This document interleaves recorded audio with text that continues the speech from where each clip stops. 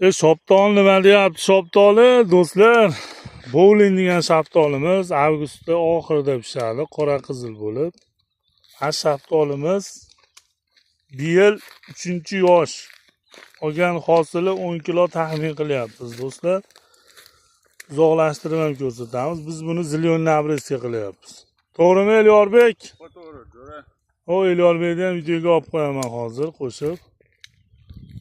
Ishxonlar qanday yaqinlashtirsak ham bo'laveradi, uzoqlashtirsak ham bo'ladi.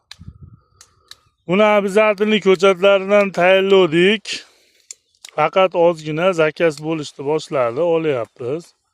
Kimga zaruriyat bo'lsa, Elyorbekning nomerini qo'yib qo'yaman. 93lik 200 da necha edi? 245 77 89 do'stlar.